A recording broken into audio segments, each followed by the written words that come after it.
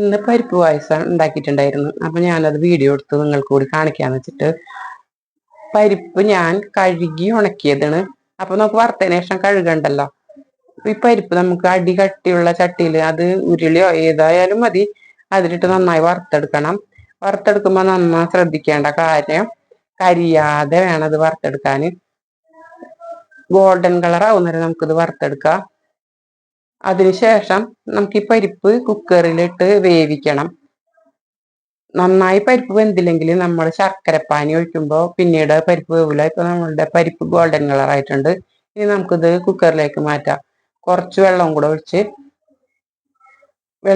ചേർത്തതിന് ശേഷം 3-4 വിസിൽ നമുക്ക്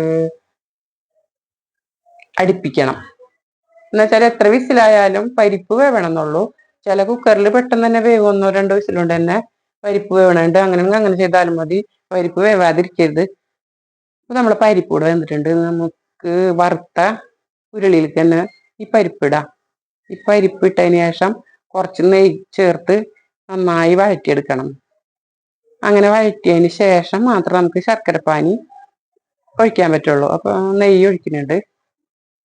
6 kg നെയ്യാണ് വീട്ടിലുള്ളത്. അപ്പൊ അതാണ് ഒഴിച്ചത്. ഞങ്ങളെപ്പോഴും നമ്പൂതിരീസിന്റെ നെയ്യ് മേടിക്കാറ് ലുലുവിലൊക്കെ പോകുമ്പോ. ഇപ്പൊ കുറച്ച് നാളായി ലുലു പോയിട്ട്. അപ്പൊ അതുകൊണ്ട് തന്നെ നമ്മളിവിടെ റിലയൻസിൽ നിന്ന് വാങ്ങിച്ച നെയ്യിന് 6 kg. അപ്പൊ പരിപ്പും നെയ്യും കൂടെ നന്നായി ഇങ്ങനെ വഴന്നു വരണം. അതിനുശേഷം നമുക്ക് ശർക്കരപ്പാനി ഒഴിക്കാം. ശർക്കരപ്പാനിക്ക് കുറച്ച് കട്ടി കൂടിപ്പോയി. ശർക്കരപ്പാനി ഇത്തിരി കട്ടി കൂടിപ്പോയി. അപ്പൊ നമുക്ക് തമ്മിൽ ലൂസാക്കണം. കുറച്ച് ചൂടുവെള്ളം ഒഴിച്ച് കഴിഞ്ഞാൽ അത് ലൂസായി കിട്ടും. അപ്പൊ നിങ്ങൾ ശർക്കരപ്പാനി ഉണ്ടാക്കുമ്പോൾ ഒരുപാട് കട്ടിയാവാതെ ശ്രദ്ധിക്കണം. നെയ്യിലും ശർക്കരപ്പാനിയിലും നമ്മുടെ പരിപ്പ് കിടന്ന് നന്നായി വഴന്ന് വരണം. എന്നാൽ മാത്രം നമുക്ക് പാലൊഴിക്കാൻ പറ്റുള്ളൂ. അപ്പൊ നമ്മൾ 2 പാലാക്കി എടുത്ത് വെച്ചിട്ടുണ്ട്. 2ാം പാലാണ് ആദ്യം ചേർക്കേണ്ടത്. അപ്പൊ നമുക്കിത് നന്നായി വഴറ്റിയെടുക്കാം. അതിനുശേഷം മാത്രം നമുക്ക് തേങ്ങാപ്പാൽ ഒഴിച്ചാൽ ശരിയാവുള്ളൂ. ഒരുവിധം വഴന്നുന്നുണ്ട്. അപ്പൊ ഞാൻ 2ാം പാൽ ഒഴിക്കുന്നുണ്ട്. അത് ഒഴിച്ചു കഴിഞ്ഞാലും നമ്മൾ ഒട്ടും നിർത്താതെ തന്നെ ഇളക്കിക്കൊണ്ടിരിക്കണം. അടി പിടിക്കാൻ അത് ശ്രദ്ധിക്കണം.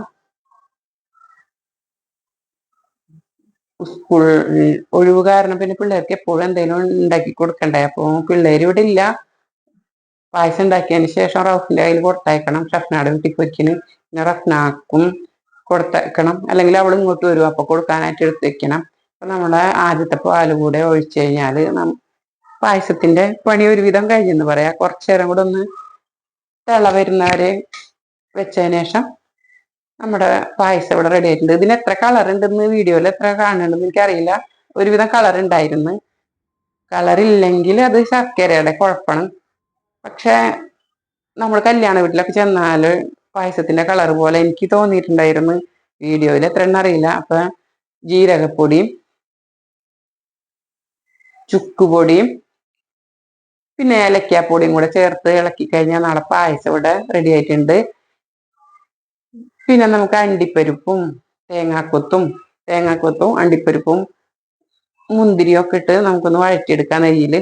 അതും കൂടെ ചേർത്ത് കഴിഞ്ഞാൽ നമ്മുടെ രുചികരമായ പായസം റെഡി ആയിട്ടുണ്ട്. അപ്പൊ ഇത് റെഡിയായി കഴിച്ചു കഴിഞ്ഞപ്പോ സൂപ്പർ ആയിരുന്നു. നല്ല പായസം എന്ന് എല്ലാവരും പറഞ്ഞ്. നിങ്ങളും ഇതുപോലെ ഉണ്ടാക്കി നോക്കണം. എൻ്റെ ഈ വീഡിയോ നിങ്ങൾക്ക് ഇഷ്ടമാവുകയാണെങ്കിൽ ലൈക്ക് ചെയ്യാനും ഷെയർ ചെയ്യാനും സപ്പോർട്ട് ചെയ്യാനും മടിക്കരുത്.